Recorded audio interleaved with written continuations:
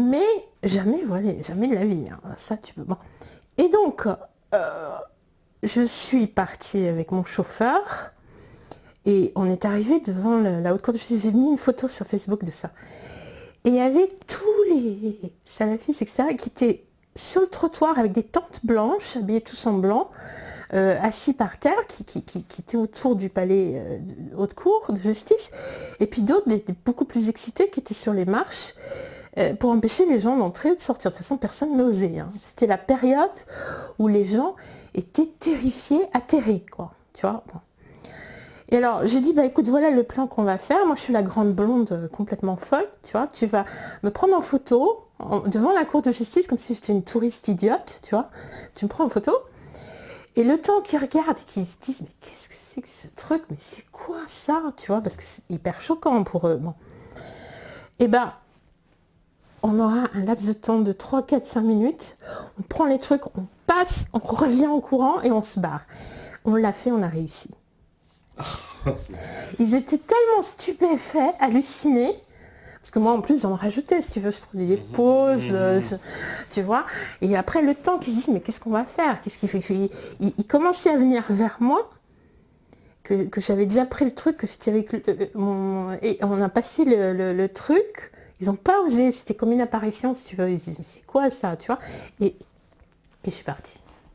Bah écoute, c'est extraordinaire comme anecdote. Non mais ça c'est une petite anecdote, Ouais. mais j'en ai plein. Quand je suis allée à Suez, il y avait un musée qui était soi-disant officiellement ouvert, le nouveau musée de Suez. J'arrive, on me dit non, vous ne pouvez pas entrer. Je dis pourquoi je ne peux pas entrer? C'est marqué dans le journal officiel ouverture. J'achète le billet, moi, il n'y a pas de problème. Non, vous ne pouvez pas entrer. Il y avait tout plein de frères, des jeunes, qui disaient non, vous ne pourrez pas entrer. Et je dis mais pourquoi? Parce qu'on a décidé que vous n'entrerez pas. Je dis je veux voir le directeur. Alors moi, quand je dis un truc, je lâche plus, hein. Je veux voir le directeur. J'ai insisté, j'ai hurlé, j'ai tout ce que tu veux. Et ils ont été obligés de m'amener au bureau du directeur. Et le pauvre directeur, figure-toi, qu'est-ce que j'apprends? Il était séquestré par les frères dans son bureau. Il était là, tremblant comme ça, derrière son bureau. Il me disait, madame, je peux rien faire pour vous, regardez la situation. Il n'osait même pas dire la situation. J'ai dit, mais enfin quoi, le musée il est ouvert là, regardez le journal. Il dit, non, mais vous voyez la situation, je suis bloquée, je peux rien faire, tu vois. Alors j'ai dit, bah attendez, j'appelle quelqu'un au Caire, tout de suite on va voir ça, si vous pouvez pas ouvrir. Bon, j'appelle des amis, tout ça. Et ils me disent, bah ouais, c'est l'invasion, quoi, tu vois. Alors j'ai dit, bon, c'est qui dirige ici? Moi, je veux savoir, parce que c'est pas monsieur, c'est qui dirige? Ah, c'est le cher machin. Bon. Je dis, bah, amenez-moi chez le cher machin. Je suis allée voir le cher machin. Et je lui dis, écoutez, c'est quoi cette histoire? Le cher machin, qui évidemment m'a pas serré la main, etc., etc. Puis qui m'a parlé de sa belle époque, où il travaillait pour les touristes, où il était allé en Allemagne, une époque qu'il regrettait beaucoup. Je dis, mais oui, mais aujourd'hui, tu es payé à ne rien faire? Elle me dit, non, je prie, je conseille les gens, je donne à louer mes appartements. Je dis oui, avec l'argent du Qatar que tu reçois tous les mois. Il m'a dit bah oui, bien sûr. Tu vois, il te nie même pas la vérité, quoi. Tu vois? Ouais. Voilà. Non mais c'est assez extraordinaire. On va faire une petite pause parce que c'est la deuxième, voilà, la régie elle est prête. Et puis on revient juste après, donc petite pause, à tout de suite. Voilà, donc de retour sur la libre antenne, c'est la saison 2, on est toujours avec Antoine Gigal, on est sur les rives du Nil, hein, un peu dans ce voyage égyptien. Alors tu voulais aussi revenir sur un point, puisque avant la pause on a évoqué la situation actuelle de l'Égypte et les événements très récents, puisque l'Égypte Ouais. a quand même été sous le feu des médias pendant ces dernières années. Oui, de certains médias. Oui. Ouais, de certains médias, mais à cause de la situation politique, Ouais. hein, cette fois, pas pour parler d'histoire, on va dire. Et donc, tu voulais nous parler aussi quand même de l'armée égyptienne, parce que... Oui, pour faire comprendre aux gens ce que c'est. Voilà, c'est très J'ai important. vu des trucs, mais monstrueux, des assimilations qui n'ont pas à se faire, enfin des choses hallucinantes. D'abord, pour comprendre, il faut comprendre que l'Égypte a été en guerre encore très récemment. C'est-à-dire il y a eu la guerre de 48 par rapport à la Palestine. Il y a eu la guerre de 56, quand les Français, les Anglais, les Israéliens sont intervenus pour attaquer le canal de Suez.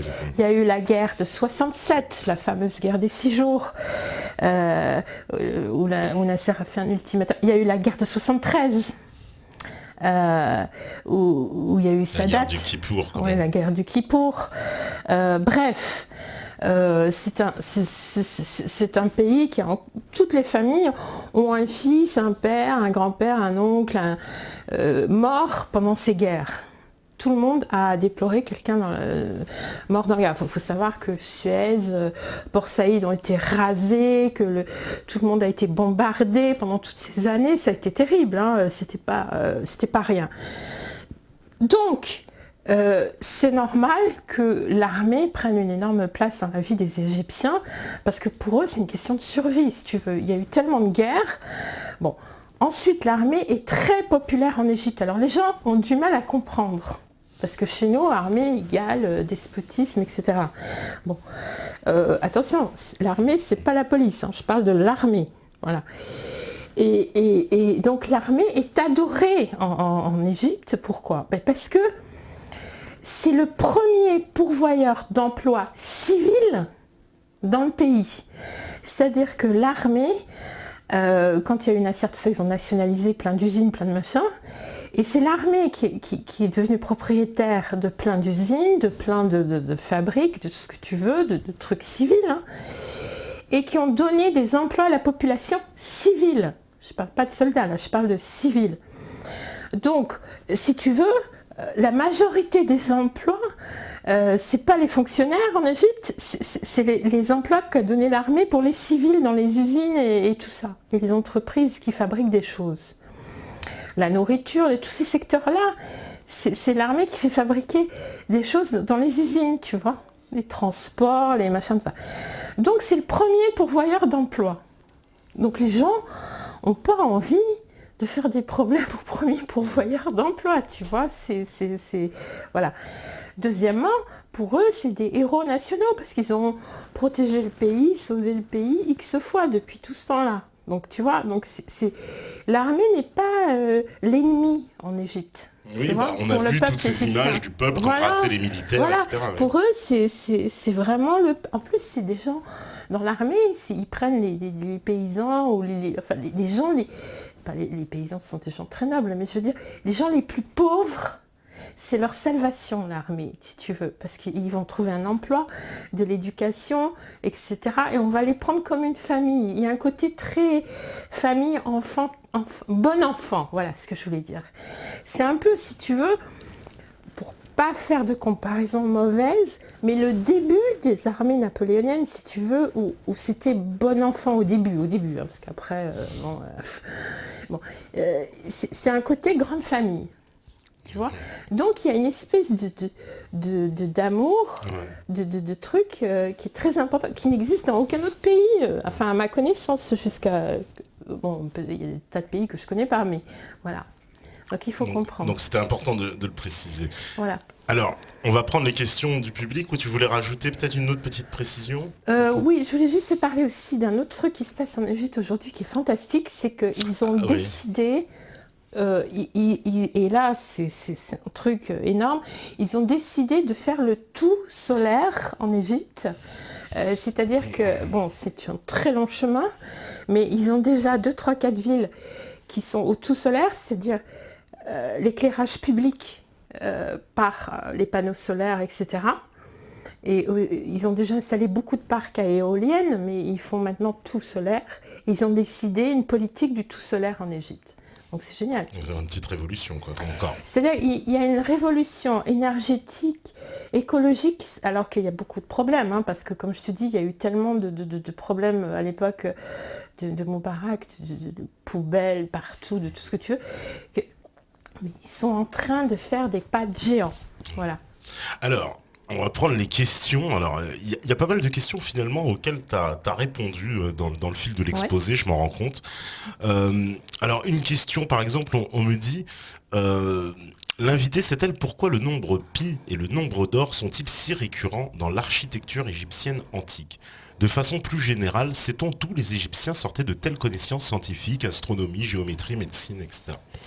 Bah, si tu veux, c'est pareil, je veux dire, dans toute l'architecture du monde ancien.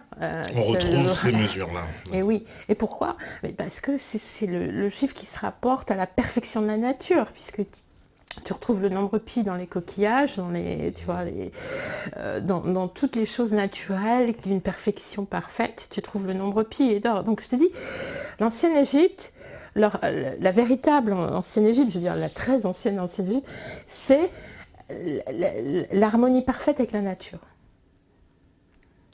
Ça. Donc maintenant, pourquoi les planètes tournent-elles à telle vitesse? Ça, je ne peux pas répondre. Hein. Non, certainement pas. Mais la perfection, elle est dans la nature. Alors, on me dit, alors il y a pas mal de questions. On me dit il y a plusieurs versions sur le nez cassé du sphinx de Gizeh. Quelle est votre idée? Oui, alors non, c'est pas Napoléon qui a cassé. C'est pas Napoléon pour... Le pauvre Napoléon. Mais alors, non, c'est pas non plus les Anglais pour faire... Parce qu'elle... Non, voilà. c'est les Anglais qui ont dit que c'était Napoléon. Ah, c'est les Anglais qui ont dit que c'était Napoléon. Sûr. Parce que moi, j'ai entendu une version comme quoi les Anglais auraient fait ça pour cacher les origines négroïdes du sphinx. Oui, non. Ça non plus, tu vois. Non, c'est tiré par les Ça fait rire dans la... Non.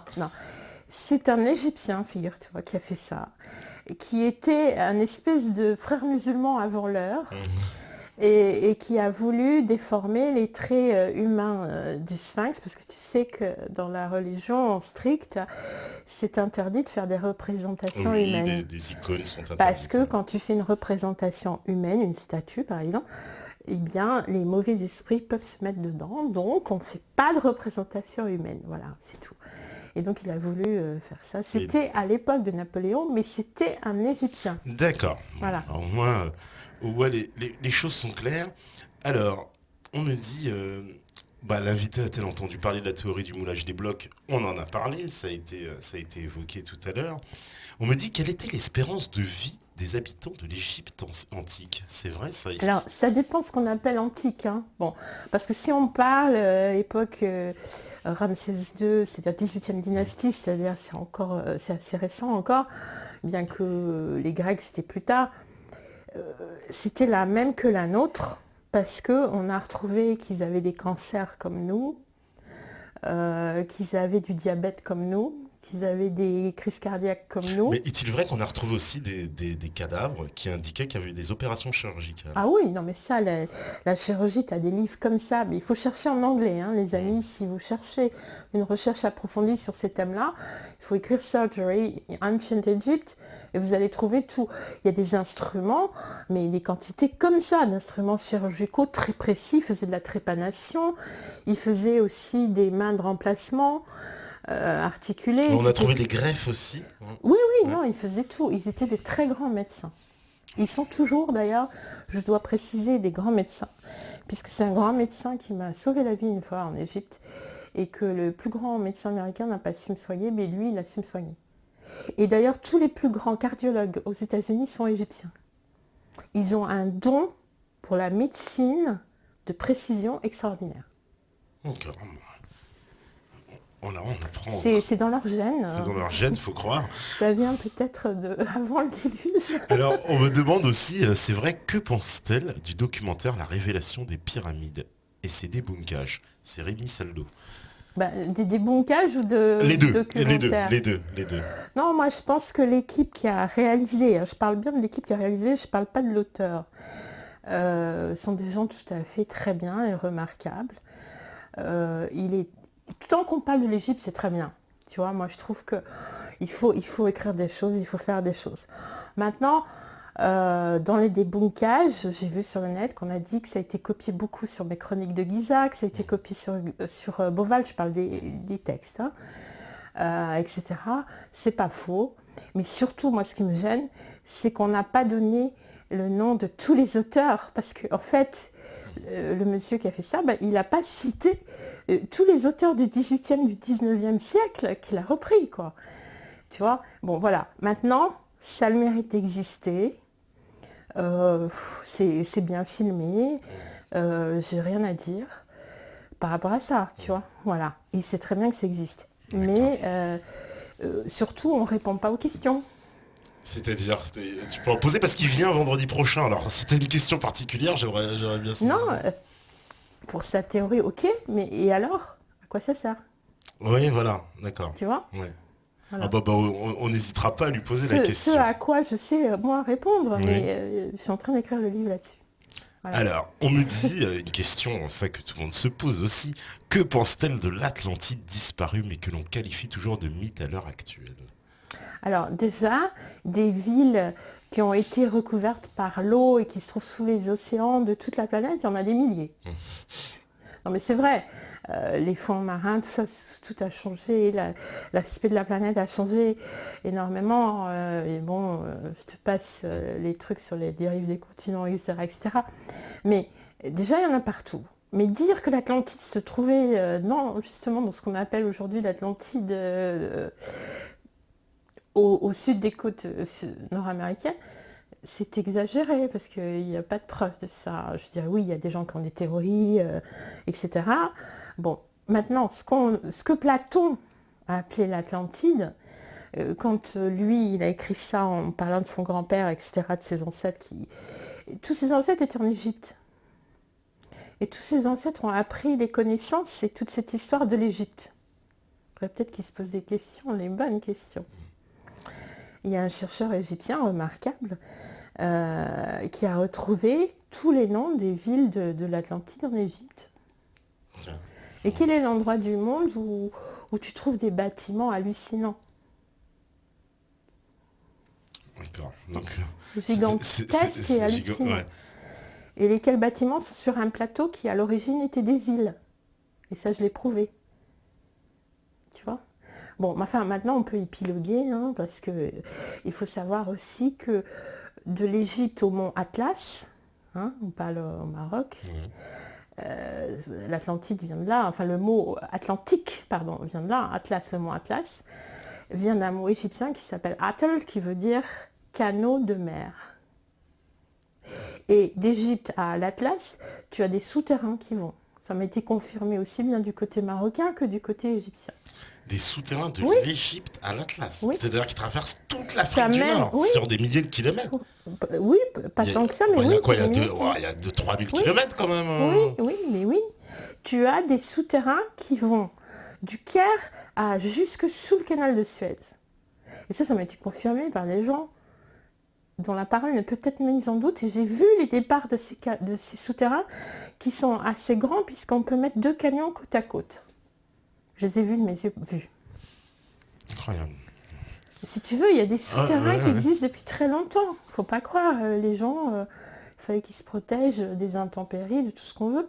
Faut pas oublier que l'Égypte n'a pas toujours été ce désert. Non mais pareil, c'est qu'on se demande comment ils ont pu construire ça, quoi. On a toujours pareil. Bon, déjà, tu as des souterrains naturels. Tu vois, la Terre, elle a des trous, Oui, comme tout le d'accord. monde. Attention, la Terre n'est pas creuse, hein, parce que ça, alors, c'est encore une autre histoire. Mais sur une certaine surface, tu as plein de souterrains. Plus ou moins naturels, parce que les hommes, quand ils ont vu qu'il y avait des grottes et des souterrains, bah, ils ont continué, tu vois. Voilà. Ouais, d'accord. C'est quand même assez impressionnant, des souterrains qui Et puis traverseraient bon, donc toute l'Afrique comme ça de long en large. bah, tu sais, on parle de souterrains qui vont des États-Unis à l'Afrique aussi. Alors, je veux dire, moi, Ah ça, bon? je sais pas. Oui, bah, ça, je ne sais pas. Hein, j'ai pas vérifié. Je ne sais pas. Mais il y a plein de gens qui en parlent.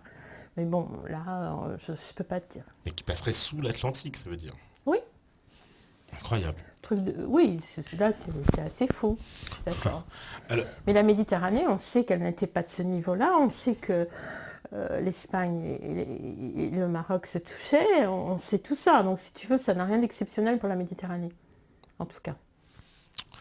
on me dit, est-ce que Madame Gigal peut expliquer l'invasion des Hyksos et le rôle des Phéniciens sur la civilisation égyptienne et la création du monothéisme suite à ces invasions et sa propagation dans toute la Méditerranée? Oui, bah, le monothéisme, alors j'ai déjà dit tout à Tout à l'heure, l'heure, qui était pour moi, il a toujours existé en existé, Égypte parce que on a mal traduit au 19e siècle le mot Netcheru, qui veut dire pas Dieu, mais qui veut dire énergie de la nature. Mais bon, voilà, maintenant les Hyksos, c'est une invasion récente. Ouais. Ils ont bouleversé justement toute la spiritualité égyptienne parce qu'ils ont fait des choses Ils terribles. venaient d'où ces Hyksos? Les Ixos, ils venaient... alors, il y a des tas de théories là-dessus, du côté de l'Asie mineure, de la Turquie, Ah, l'Asie d'ailleurs, centrale encore, l'Asie d'accord, centrale, d'accord. tout ce que tu veux. Enfin, Décidément, bon. c'est que des envahisseurs par là. Oui, j'étais très excitée par là, il devait y avoir quelque chose. Mais si tu veux, ils ont fait des catastrophes en Égypte parce que ils ont, par exemple, on sait à Memphis, donc au pied de Saqqara, euh, ils ont massacré les taureaux sacrés qui étaient les taureaux sacrés des grands prêtres. J'ai écrit là-dessus sur mon site, il y a des articles sur le Sérapéum de Saqqara, qui est un grand mystère, parce que tu sais, il y a des cuves en granit énormes dedans. Et c'était là où on enterrait les taureaux sacrés. Et justement, je retourne à ce que je disais au début, c'est-à-dire au quatrième fils de Ramsès II, Ramsès, le grand prêtre, qui reprenait toutes les archives anciennes pour les remettre au goût du jour, les restaurer, etc. C'est un très grand magicien. Et il habitait sur sa colline à 3 km à vol d'oiseau de Saqqara. Et il allait tous les jours dans le Sérapéum, qui sont des souterrains. Dedans, c'est là qu'on a retrouvé son masque mortuaire d'ailleurs, et où il y a les taureaux sacrés. Et les taureaux sacrés étaient choyés toute leur vie par les grands prêtres. Pourquoi ? Parce qu'ils étaient censés, comme c'était des énormes masses de chair, on dit qu'il faut énormément d'énergie pour qu'une énergie divine puisse s'incarner sur Terre quelques moments. Il faut qu'elle puisse bénéficier d'une très grosse énergie. Ça ne peut se faire que dans des corps très importants, comme les éléphants, comme les gros taureaux, etc. Et donc ils avaient des taureaux sacrés comme ça, ils faisaient des cérémonies pour faire venir la divinité quand il y avait une catastrophe ou quoi, pour leur dire quoi faire, si tu veux. Et une fois par an, ils sortaient les taureaux dans le village, Memphis, à côté, pour que les gens simples puissent leur demander des choses. Et suivant que le taureau, il avançait sa patte ou il la reculait, etc., ça voulait dire oui ou non, tu vois, quand les gens du peuple posaient les questions. Donc c'était très aimé du peuple, très, très important pour eux. Et la première chose qu'ont fait les Hyksos, c'était de massacrer les taureaux qui étaient choyés, parce que tous les jours, ils étaient habillés avec du lin sacré, encensé, avec des bijoux, tout ce que tu veux, la musique et tout, la vie de Pacha. Et ils ont massacré les deux. Alors ça a été horrible. Terrible pour les gens. Ça a été une catastrophe, quoi. Et comme ils cherchaient de l'or, etc., les Hyksos, toujours pareil à eux-mêmes, ils ont fini dans le désert, perdus. Ils sont morts tout seuls dans le désert. Ils sont perdus dans le désert à la fin.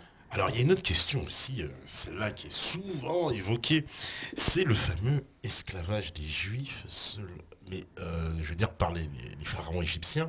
Or, il semble que selon l'étendue de nos connaissances sur le sujet, il n'y avait pas d'esclavage en Égypte. Alors écoute, moi cette période-là, c'est pas du tout ma partie, comme j'expliquais tout à l'heure, parce que moi je m'intéresse vraiment aux origines.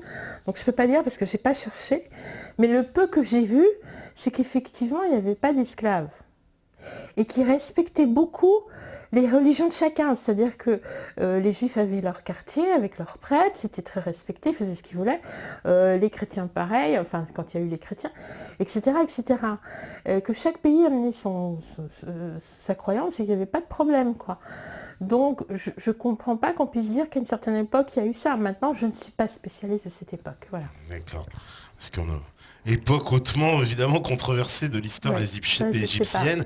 Est-ce que tu pourrais aussi nous parler un petit peu le Thoth et le Math? Ce sont les notions de la religion égyptienne, c'est ça? Donc le bien vers lequel on doit tendre, c'est ça? Alors d'abord, il n'y a pas de religion. Quand je dis religion, spiritualité, peut-être. Arrêtez de dire religion. Alors spiritualité, on va dire. On a tous des boutons là, quand tu on va dire, moi je préfère dire philosophie. Carrément. Alors philosophie, oui, parce que c'est une philosophie en fait. Pour moi, c'est vraiment une philosophie. Alors là, c'est un sujet énorme. On pourrait passer des heures. Ouais. Parce que Thoth, il y a beaucoup de gens qui mélangent tout, parce qu'il y en a eu plusieurs. Il y a eu plusieurs Téouti, Thoth, Hermès, il y en a eu 50. Donc là, on parle duquel, tu vois. Bon, on recommence. Mais moi, pour te faire une petite image très intéressante, les pharaons, tu sais, ils avaient une couronne oblongue, là, tu connais, enfin l'image, le pharaon royal, là, avec la couronne oblongue. Figure-toi qu'on n'a jamais trouvé, mais dans aucune tombe ni nulle part, une couronne royale de pharaon. Jamais. Hein. On a trouvé les petites couronnes comme ça, mais pas la grande qu'on voit partout, là, tu sais, comme Osiris. Jamais. Bon. Cette couronne était considérée comme hyper sacrée par les anciens Égyptiens et renfermant des pouvoirs énormes, magiques, enfin tout ce que tu veux, etc. Or, moi, ce que j'ai trouvé dans mes recherches, c'est que cette couronne était faite, tu vois Osiris avec son truc comme ça, bon. Cette couronne avait été faite sur l'image des béroïdes. Alors, c'est quoi les béroïdes? C'est une espèce de... comment on appelle ça, de truc translucide dans la mer, là, comment on appelle ça en français? En anglais, on dit jellyfish. D'accord, oui, gélatineux, des méduses, voilà. Oui, c'est... un type de méduse, j'ai oublié le nom scientifique. Mais translucide, si tu veux, pas la vraie méduse, là, qu'on a commune, mais on appelle ça, c'est une race, les béroïdes, c'est pas plus grand que ça, et ça a une tête oblongue, comme ça, la tête, elle est oblongue, comme le truc des pharaons. Bon. Et les béroïdes, quand tu fais des recherches très importantes, tu t'aperçois d'abord en science que les béroïdes ont peut-être été les premiers habitants de la Terre, enfin en tout cas des océans, que à l'origine ils étaient totalement aveugles et que quand ils ont commencé à avoir un œil unique, tu vois ce que je veux dire, il s'appelait Ptah, l'œil. Tu vois, et c'est de là d'où nous vient le mot ophtalmie, etc. Donc, le premier œil, c'était Ptah. Or, Ptah est considéré comme la première énergie divine sur Terre. Hein. Bon, tu vois, bon. Et il y a tout un... C'est pour ça que je dis l'étymologie des mots. Très importante chez les Égyptiens. Non, mais pour comprendre l'ancien monde, c'est pour ça que connaître le grec ancien, le latin et encore le grec ancien pour l'Égyptien, c'est surtout le grec dorien qu'il faut connaître. Le grec dorien, il y a très peu de gens qui le comprennent et le parlent aujourd'hui. Enfin, le parlent, c'est même pas la peine d'en parler, c'est une langue morte, mais qui le lisent aujourd'hui. Parce que le grec dorien, c'était le grec des Spartiates, pardon. Sparte, les Grecs Sparte occupaient la Crète, Malte, enfin tout ça, plus les plus importants sanctuaires religieux grecs, Épidore, tous ces machins. Et le grec dorien comporte peut-être, allez, 45% de mots égyptiens. Donc il y a une connexion. Bon, et c'est pour ça que quand tu cherches l'étymologie des mots aujourd'hui, comme par exemple, pour le mot, j'avais écrit l'exact ici, parce que faut avoir une mémoire pour tous ces trucs-là. Mais bon, on va pas rentrer dans le détail. Bah, si je trouve, mais là, je ne trouve pas.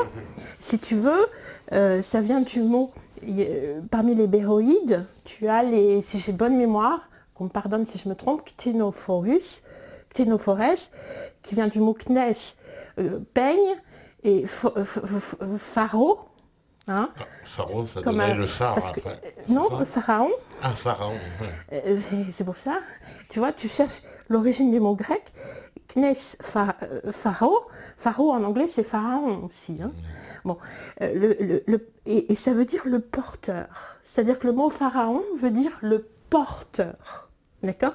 Comme l'animal qui s'appelle le knétophore, qui sont des béroïdes. Tu sais, parce que tu remontes par l'étymologie des mots, grâce au grec ancien, grâce au latin, etc. Tu arrives à arriver à l'ancien égyptien. Tu vois ce que je veux dire? C'est passionnant quand même, parce qu'il y avait des connexions entre l'ancien grec et l'ancien égyptien. Parce que, et alors ça aussi, tu peux nous confirmer que énormément de savants grecs sont allés se former en Égypte à l'époque. Voilà. Oui, non, parce qu'il y en a qui doutent de cet argument-là. Non, alors ça, j'ai fait une conférence, mais alors 3 heures sur ça. C'est-à-dire avec machin, là, comment il s'appelle, excuse-moi. Comment il s'appelle, l'ami dont je t'ai parlé tout à l'heure, le physicien, où j'ai expliqué. J'ai pris chaque grand grec scientifique de l'époque et j'ai expliqué combien d'années il a passé en Égypte, quel prêtre il a vu, qu'est-ce qu'il a appris, etc., etc. De Pythagore à tout le monde, tu vois. Donc voilà, c'est pas la légende. Donc ça, tu Ah non, confirmes c'est pas- bien. Non, parce que des fois, quand on le dit aux gens, Oui, mais ils qu'ils n'y arrivent fassent pas à y des croire. recherches Donc, sur Internet, ils vont trouver. Mais les recherches, je vous dis, dans les encyclopédies, c'est mieux parce que là, c'est sérieux. on me demande, c'est vrai, on me dit pourquoi ils ont remplacé le pyramidion qui était sur la pyramide. Tu as des infos là-dessus, non? Laquelle est bien? Parce que là, il n'y en a pas de Je crois que pyramide sur la grande je pyramide. crois que c'était sur celle une de Saqqara, il me semble. Ou pas Non, dire de Saqqara bêtises. n'a pas de pyramide, non, puisque Alors c'est une c'était la... pyramide. alors Non, je pense qu'ils parlent de Dachau, la pyramide rouge, je sais pas quoi. Non, c'est pas... ils n'ont rien compris. Enfin, je suis désolée.